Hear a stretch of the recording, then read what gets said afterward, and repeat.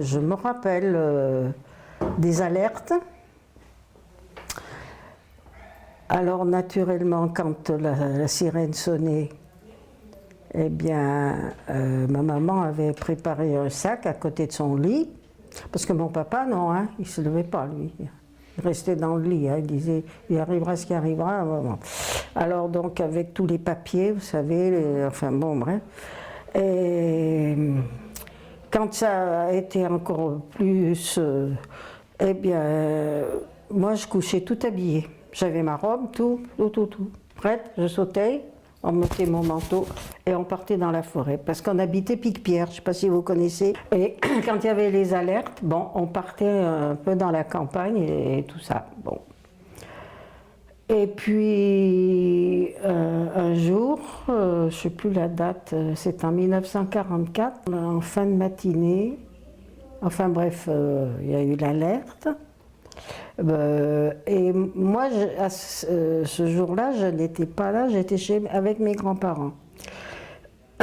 Alors donc l'alerte a sonné, ma maman donc a pris son sac avec, vous savez, tous les papiers, et elles sont parties, toutes les dames du tour, dans la forêt comme elles faisaient d'habitude.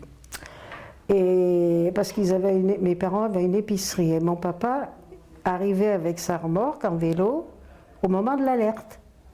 Alors bon, il descend de son vélo, il pose ça, et il était avec alors donc les avions arrivaient, passaient, et ils étaient juste au-dessus de nous.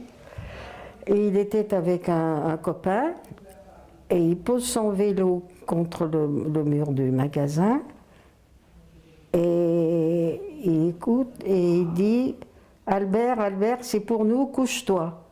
Mon père s'est couché. Et le fameux Albert, il a dit « Oh, tu veux rigoler, tu veux rigoler ?» Et à ce moment-là, la bombe est tombée sur la maison. Mon papa a été recouvert de tous des cailloux de la maison, du mur. Et le fameux Albert, eh ben, qui était debout, il a été tué, quoi, sur le coup. Alors donc, mon père était donc là sous les gravats de la maison. Et il n'était pas mort, bien sûr, mais il pouvait pas se bouger, il était là-dessous. Et donc après, il y a beaucoup de monde qui est arrivé sur cet tapis de pierre que ça s'est passé. Et il y avait deux jeunes qui sont passés donc devant la maison tout en... enfin bon, où la bombe était tombée dessus. Et les deux jeunes ont dit... Il y en a un qui s'est arrêté, qui a dit à son copain « Il y a quelqu'un là-dessous ». Et il entendait, il paraît que mon père soufflait, enfin ça faisait un bruit de respiration, mais très fort. Alors, viens m'aider, on va enlever tout. Alors ils ont enlevé tout ce qu'il y avait, et bien sûr, ils ont trouvé mon père, qui s'est levé comme une flèche, et il est parti au milieu de la rue, en criant « Ma femme, où est ma femme? Ma femme, où est ma femme ?» Alors il y en a qui savaient que ma maman, quand il y avait les alertes avec toutes les dames du coin, là, elle partait dans la forêt, elle ne restait pas là.